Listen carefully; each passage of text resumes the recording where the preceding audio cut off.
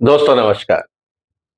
Supreme court और high court के जजेस की अपॉइंटमेंट को लेकर भारत में अक्सर उत्सुकता बनी रहती है। यह कहा जाता है कि कॉलेजियम सिस्टम संवैधानिक है और कोई पक्ष ये बोलता है कि कॉलेजियम सिस्टम असंवैधानिक।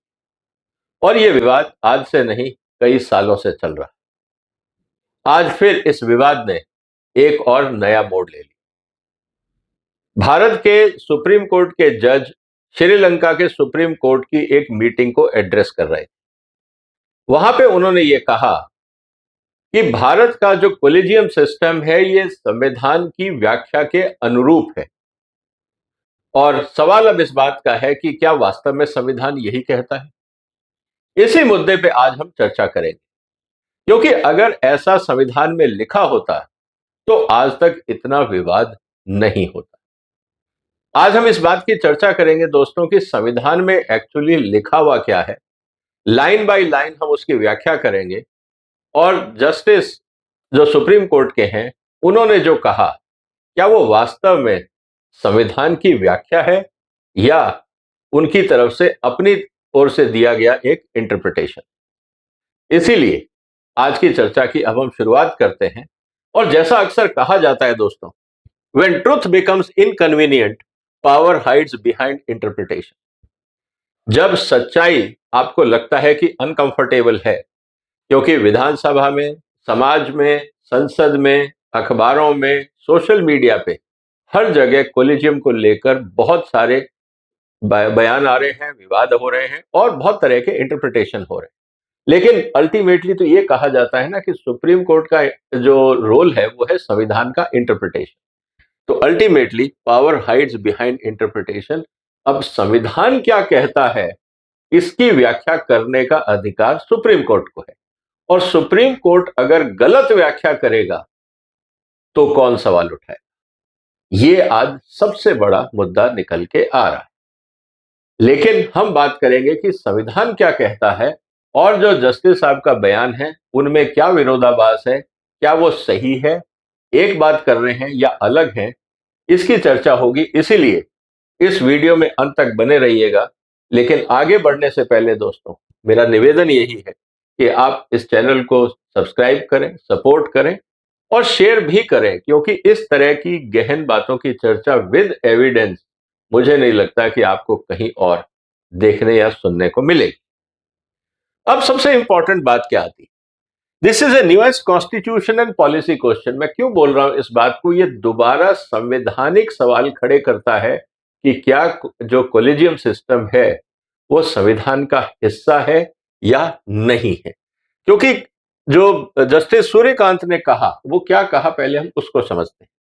Justice Kant's statement essentially defends the collegium system, means judges appointing judges on two grounds. उन्होंने दो बातों को ध्यान में रखकर अपनी बात कही। पहला, कॉन्स्टिट्यूशनल एम्बेडिंग। उन्होंने कहा कि देखिए जो अपॉइंटमेंट है ऑफ जजेस वो 3 जजेस केस के हिसाब से सुप्रीम कोर्ट के जजेस को ही करना चाहिए। ये जजमेंट है सुप्रीम कोर्ट का, इस बात को आप ध्यान रखिएगा।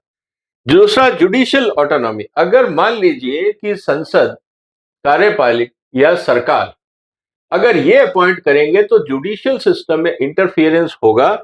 इसीलिए जो ऑटोनॉमी है, जो हम कहते हैं doctrine of separation of power, ये उसके खिलाफ है। इसका मतलब ये है कि एग्जीक्यूटिव को हमें इससे हटाना होगा ताकि इंडिपेंडेंस ऑफ जुडिशरी बनी रहे। ये दो आधार हैं उनके अपने आर्ग्यूमेंट को लेकर। अब हम बात करते हैं कि जो हमारा संविधान है दोस्तों वो क्या कहता है, उसकी चर्चा अब हम करेंगे। और किस आधार पे, कॉन्स्टिट्यूशन क्या कहता है और इंस्टीट्यूशनल फ्रेमवर्क क्या होना चाहिए और डेमोक्रेटिक ग्राउंड क्या होना चाहिए, ये 3 बातें आज मैं आपके साथ चर्चा में लेके आऊंगा। सबसे पहले हम चर्चा करते हैं कि आफ्टर ऑल कॉन्स्टिट्यूशन की भाषा क्या है। मैं वर्बेटिम लैंग्वेज आपके सामने रख रहा हूं। आर्टिकल 124 ब्रैकेट 2 या पॉइंट 2 जो उसका है सबसेक्शन, आप जाइए इंटरनेट से डाउनलोड कर लीजिए और पढ़ लीजिए। इंग्लिश, हिंदी और जिस रीजनल लैंग्वेज में आप चाहते हैं, कॉन्स्टिट्यूशन ऑफ इंडिया का अनुवाद आपको मिल जाएगा। क्या कहता है अपॉइंटमेंट के लिए, एवरी जज of the supreme court shall be appointed by the president. क्या लिखा हुआ है कॉन्स्टिट्यूशन में? By the president. कहीं कोलिजियम नहीं है, कहीं नहीं कहा गया है जजेस विल अपॉइंट जजेस। सुप्रीम कोर्ट का इंटरप्रिटेशन क्या है मुझे नहीं पता, लेकिन संविधान की लैंग्वेज बहुत क्लियर कहती है अपॉइंटेड बाय द प्रेसिडेंट। आगे चलते हैं। After consultation with such of the जजेस of supreme court and of the high court in the state as the president may deem necessary. ये प्रेसिडेंट का अधिकार क्षेत्र है कि अपॉइंटमेंट से पहले वो सुप्रीम कोर्ट के जजेस को कंसल्ट करें या हाई कोर्ट के। ये प्रेसिडेंट के विवेक के ऊपर निर्भर करता है, यहां कोई उनको इंपोज नहीं कर सकता। ये बात समझने की है। तो कहीं पे भी नहीं लिखा हुआ है कि कोलिजियम इज इंपॉर्टेंट। दूसरा जो इंपॉर्टेंट बात आती है कि आर्टिकल 217 अपॉइंटमेंट ऑफ जजेस ऑफ हाई कोर्ट, वहां भी ये लिखा है कि एवरी जज of the high court shall be appointed by the president bye warrant under his hand and seal. राष्ट्रपति महोदय अपॉइंट करेंगे, कहीं नहीं लिखा है कोलिजियम अपॉइंट करेगा। तो ये इंटरप्रिटेशन कहना कि राष्ट्रपति का मतलब कोलिजियम है और कोलिजियम का मतलब है सुप्रीम कोर्ट के 5 जज, अगर हम इसका लॉजिक देखें तो इसका मतलब 5 जजेस ने राष्ट्रपति को उनके अधिकार क्षेत्र से वंचित कर दिया है। इसका मतलब तो यही हुआ। आपको क्या लगता है इस मामले में?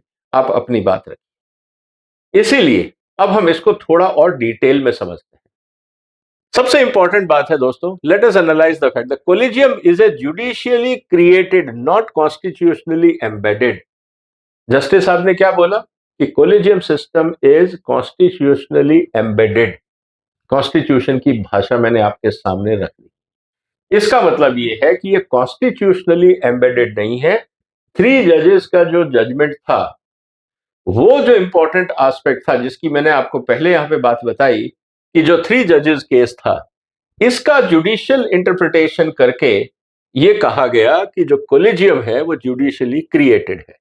The text of Constitution vests the power of appointment in the President in consultance with the judges, not vice versa. आपको मैंने लैंग्वेज बताई, क्लैरिटी आपको आ जानी चाहिए। Constitutional Assembly debated clearly shows that framers wanted a balance between executive and judiciary, not judicial monopoly. इस बात को समझिएगा। राष्ट्रपति का रोल है as a head of constitution balancing करना कि कोई भी एक भी अंग जो भारत के संविधान के हैं वो अपने आप में मोनोपोली क्रिएट ना करें, दूसरे को इम्बैलेंस ना करें। ये काम है प्रेसिडेंट का। यहां पे हमने जुडिशरी और ने एग्जीक्यूटिव और लेजिस्लेशन को हटा के पूरा अपॉइंटमेंट ऑफ मोनोपोली अपने पास कर लिया, जबकि यह जिम्मेवारी थी राष्ट्रपति महोदय की। इससे इम्बैलेंस क्रिएट हुआ कॉन्स्टिट्यूशन में, जो कॉन्स्टिट्यूशनल स्पिरिट के अगेंस्ट है, ना कि एम्बेडेड इन कॉन्स्टिट्यूशन है। इस बात को समझना होगा। The collegiate system was created by judicial interpretation, second and third judges case in 1993 and 98. Therefore, it is not embedded but superimposed upon the constitution by the judges for the appointment of judges. इसीलिए ये monopoly create हो गई। The NJSC judgment 2015 itself acknowledges that collegialism is a judicial innovation, not a textual provision.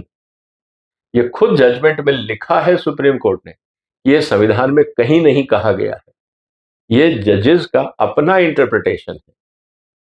तो ये कहना justice Suryakant का कि ये कॉन्स्टिट्यूशनल वैलिडिटी देता है, क्या ये इंटरप्रिटेशन सही है? ये आप समझ सकते हैं। इसके अलावा जो और एविडेंस है वो जस्टिस वर्मा 1993 में उन्होंने कहा कि collegium is an interpretation of the spirit of the constitution, it is not literal text. Again बात आती है इंटरप्रिटेशन की। अब इंटरप्रिटेशन कौन कर रहा है? मैं इंटरप्रिटेशन कर रहा हूं जो मुझको सूट करता है। यहां पे आता है कन्फ्लिक्ट ऑफ इंटरेस्ट। इस बात को समझना होगा। इसीलिए भारत के संविधान का जो भी इंटरप्रिटेशन होता है, कानून बनाती है संसद, इंटरप्रिटेशन करता है कोर्ट। अगर संसद ही या सत्तारूढ़ दल जो कानून बना रही है वही इंटरप्रेट करेगी, तो क्या होगा, इस बात को आपको समझना होगा। इसीलिए इंटरप्रिटेशन का अधिकार संसद का नहीं है, सुप्रीम कोर्ट का है। लेकिन यहां पे इंटरप्रिटेशन जो हुआ है, जो सुप्रीम कोर्ट ने खुद इंटरप्रिटेशन किया है, राष्ट्रपति को बाहर कर दिया है, क्या यह इंटरप्रिटेशन सही है? आज डिबेट इस बात को लेकर। जस्टिस सर्वेश्वर ने कहा, जब एनजेसी में डिसेंट, उन्होंने कहा कि भाई collegium system opaque and beyond constitutional intent. उन्होंने कहा ये जो सिस्टम बनाया है ये ओपेक है, यहां पे कोई पारदर्शिता नहीं है, जबकि ये कहा जाता है कि डेमोक्रेसी में ट्रांसपेरेंसी जरूरी है। सुप्रीम कोर्ट ने बहुत सारे जजमेंट ने कहा है कि सरकार ने जो कानून बनाए वो इसलिए गलत है क्योंकि उसमें स्टेक होल्डर्स पार्टिसिपेशन नहीं था, ट्रांसपेरेंसी नहीं थी, प्रोसीजर्स का वायलेशन था, इसीलिए आउटकम सही नहीं हो सकता। लेकिन अपने ही इंटरप्रिटेशन को सही करना, क्या ये उचित है? ये जनता को सोचना। रही बात अगले की जुडिशियल इंडिपेंडेंस का जब मतलब आता है तो it is not judicial exclusivity. Appointment जो कोलिजियम सिस्टम है वो एक्सक्लूसिव क्लब बन गया, जबकि हम क्या कह रहे हैं? अकाउंटेबिलिटी की हम बात कर रहे हैं, जुडिशियल इंडिपेंडेंस की बात कर रहे हैं। True independence requires checks and balances, not self appointment. अगर गलत जज का नाम सजेस्ट कर दिया गया, कौन जिम्मेवार होगा? जस्टिस वर्मा का केस हमने देखा, उनके घर में नोटों में आग लगी, वो भी कोलिजियम द्वारा अपॉइंटेड। कौन जिम्मेवारी लेगा कि हमने गलत जज को अपॉइंट किया? बहुत सारे एलिगेशंस करप्शंस के लगते हैं जजेस पे, कौन जिम्मेवारी लेगा? क्या हम सही कैंडिडेट सेलेक्ट कर रहे हैं? इसकी जिम्मेवारी कौन लेगा? ये अपने आप में एक बड़ा सवाल बनता जा रहा है। The collegium system eliminates accountability and transparency, both essential element of constitutional governance. Supreme court बाकी अपने जजेस में कहता है कि accountability and transparency is essential in democracy. उनके अपने बहुत सारे जजमेंट्स में है जहां सरकार के खिलाफ उन्होंने वर्डिक्ट दिए हैं, लेकिन जब अपने अपॉइंटमेंट की बात आती है, यही फंडामेंटल प्रिंसिपल्स कॉम्प्रोमाइज हो जाते हैं। ये एक अपने आप में सवाल है। The separation of power does not mean isolation, it means interdependence with accountability. तो सेपरेशन ऑफ पावर को आप लिटरल वर्ड में नहीं ले सकते, क्योंकि जब देश चलाना होता है, आपको बजट सरकार से चाहिए, इंफ्रास्ट्रक्चर सरकार से चाहिए, सब कुछ आपको सरकार से चाहिए। आपकी जो जजेस की इंटीग्रिटी है, उनको चेक करने के लिए जजेस के पास कोई एजेंसी और डिपार्टमेंट नहीं है। कहीं वो किसी और दुश्मन देश के साथ उनके कोई कनेक्शन है या नहीं है? जो प्रपोज्ड कैंडिडेट्स हैं फॉर जजेस, इसका इंटरप्रिटेशन इंटेलिजेंस एजेंसी करेंगी। उनका पास्ट ट्रैक रिकॉर्ड क्या है, इसका काम इंटेलिजेंस एजेंसीज का है। वो सारा इंफ्रास्ट्रक्चर तो जजेस के पास नहीं है। तो जब उनके पास कुछ नहीं है, तो वो किस आधार पे कैंडिडेट को सेलेक्ट करते हैं और कैसे इस बात की गारंटी ली जाएगी कि वो कैंडिडेट सही है? ये अपने आप में बहुत बड़ा सवाल है। अगर हम दूसरे देशों की स्थिति देखें तो US, UK, Canada, South Africa all have executive involvement और independent commission with multi stakeholder representation, none have self appointing जजेस। तो क्या क्या हम ये कहें कि इन सब देशों में न्याय नहीं मिल रहा है, या इन सब के जजेस कॉम्प्रोमाइज्ड हैं, उनकी इंटीग्रिटी क्वेश्चन मार्क में है? क्या हम ये कह सकते हैं? जबकि फैक्ट ये है कि बहुत बार कहा जाता है कि भारत को इन देशों से सीखना चाहिए कि जुडिशियल सिस्टम फेयर ट्रांसपेरेंट वे में कैसे काम करे। इन देशों से सीखना चाहिए, हम उल्टा कर रहे हैं।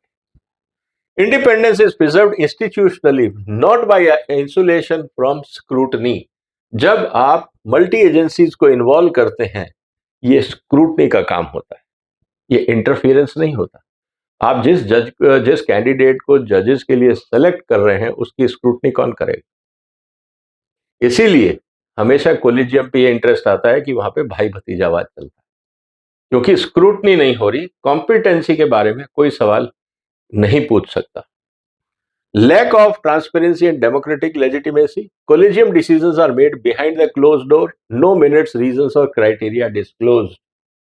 ये अपने आप में सवाल है। अगर यही काम ब्यूरोक्रेसी करती है, कोई टेंडर का मैटर सरकार के द्वारा जो किया जाता है, जो कोर्ट में जाता है, कोर्ट इसी बात को लेकर कि ट्रांसपेरेंसी नहीं है, ऑब्जेक्टिविटी नहीं है, डिस्क्लोजर्स नहीं है, सुप्रीम कोर्ट, हाई कोर्ट उसके खिलाफ जजमेंट देते। लेकिन अपने ही काम करने की शैली को अगर देखें तो वही फंडामेंटल प्रिंसिपल्स कॉम्प्रोमाइज है। Article 14 talks about equality and 19(1)(a talks about right to know principles. क्या हमें ये पता है एज ए सिटीजन कि जिस कैंडिडेट को जज के रूप में सेलेक्ट किया जा रहा है उसका ट्रैक रिकॉर्ड क्या है, किस आधार पे किया गया, कितने कैंडिडेट शॉर्टलिस्ट किए गए जब इनको सेलेक्ट किया गया? करीब 4000 जजेस होंगे हिंदुस्तान में। ये 4 लोग ही कैसे शॉर्टलिस्ट हुए? क्या इसका कोई सिस्टम है, कोई डिस्क्लोजर है? अभी तक तो पब्लिक में नहीं आया। Even the supreme court in its own resolution acknowledges the need for transparency, लेकिन कहते हैं कि ट्रांसपेरेंसी होना चाहिए, लेकिन होता नहीं। So data point is very clear that 35% of collegium recommendations were delayed or written by the government showing procedural dysfunctional and not harmony. अगर ऐसा हो रहा है, इसका मतलब ये है कि जो कैंडिडेट सरकार के पास भेजे जा रहे हैं अपॉइंटमेंट ऑफ जजेस, उसमें 1/3 कैंडिडेट, 3 में से 1 कैंडिडेट ऐसा है जिसमें सरकार को संदेह है और उसका अपॉइंटमेंट सरकार नहीं कर रही। तो बाद में संदेह होके रिकमेंडेशंस को रिजेक्ट किया जाए, इस प्रोसेस को अगर हम इंटीग्रेट कर दें तो ये जो नंबर है ये 0 हो सकता है। इस बात को समझना।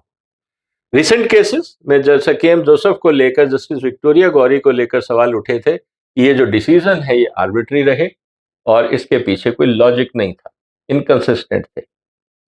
Collegium undermines the constitutional morality. The constitution established a republic, not a judicial oligarchy. मतलब आप अपना ही एक कुनबा बना के नहीं अपॉइंट कर सकते, क्योंकि बहुत सारे सवालों में ये आता है कि जो जजेस हैं आज, उनके फादर भी कभी जज रहे होंगे, या जो पहले जजेस थे सुप्रीम कोर्ट हाई कोर्ट के, उन्हीं के बच्चों को प्रमोट करके दोबारा जजेस बनाया जा रहा है। इसको लेकर समाज में बहुत ज्यादा रोष भी है। सोशल मीडिया आप देख सकते हैं। By excluding all external checks, the system concentrates power in a few unelected judges.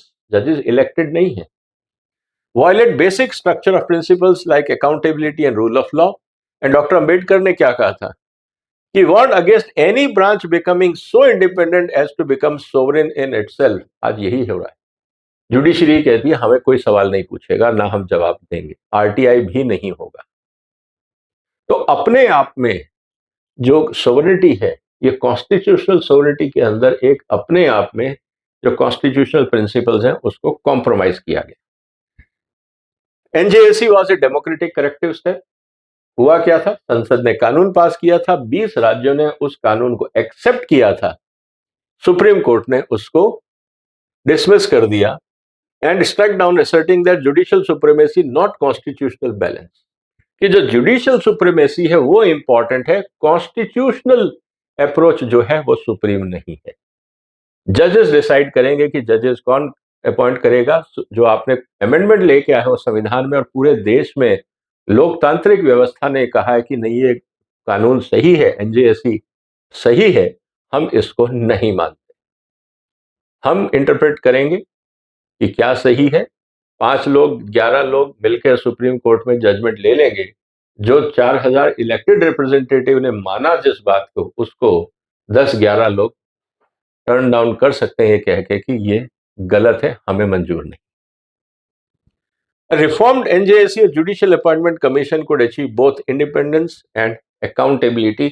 अब सवाल इस बात का है। तो कुल मिला के अगर हम देखें तो collegium is embedded in constitution. जैसा मैंने पहले कहा, ये जुडिशियल क्रिएशन है, कॉन्स्टिट्यूशन में नहीं लिखा हुआ है। Collegium preserves autonomy. Autonomy is not equal to unaccountability. Autonomy का मतलब अनअकाउंटेबिलिटी नहीं हो सकता। तो जजेस किसके लिए, किसके अंदर अकाउंटेबल होंगे, ये अपने आप में एक बहुत बड़ा सवाल आ गया है। And this has actually created a imbalance in the system. Protect separation of power. Issue ये है कि सेपरेशन ऑफ पावर इंपॉर्टेंट है, लेकिन checks entirely, who will check the wrong doing in judiciary. आप अगर एग्जीक्यूटिव्स और लेजिस्लेशन को पूर्ण रूप से हटा रहे हैं, एक इनब्रीडिंग सिस्टम क्रिएट कर रहे हैं, तो अकाउंटेबिलिटी कौन चेक करेगा? जस्टिस वर्मा का केस हमारे सामने है। सुप्रीम कोर्ट ने एफआईआर तक नहीं होने दी, आज तक नहीं हुई। तो क्या मतलब हुआ? and necessary to protect judiciary, transparency and diversity are equally vital. Collegium undermines both. ये हकीकत है आज जिस तरह से समाज में चर्चा हो रही। आपको क्या लगता है दोस्तों, क्या ये जो स्टेटमेंट कहा गया जस्टिस द्वारा, जज के द्वारा, कि भाई जो कॉलेजियम है वो कॉन्स्टिट्यूशन में एम्बेडेड है, क्या ये लॉजिकल है? क्या ये कॉन्स्टिट्यूशन इस बात की इजाजत देता है? अगर ऐसा है तो संसद ने कानून पास किया, 20 विधानसभाओं ने पास किया, उसके बाद भी वो गैर कानूनी कैसे होगी? कॉन्स्टिट्यूशनल अमेंडमेंट तो हो ही सकते हैं। तो सवाल इस बात का है कि अगर एम्बेडेड भी था और कॉन्स्टिट्यूशनल अमेंडमेंट से उसको हम चेंज कर रहे हैं, तो क्या इसमें ऐतराज है? अब सवाल इस बात का है कि सही क्या है? क्या देश की जनता इस सिस्टम से खुश है? जो भी आपके विचार हो कमेंट बॉक्स में लिखिए, इस वीडियो को शेयर करिए, इस चैनल को सपोर्ट करिए, सब्सक्राइब करिए। फिर मुलाकात होगी एक और महत्वपूर्ण मुद्दे के साथ। तब तक अपना ध्यान रखिएगा। फिलहाल वंदे मातरम।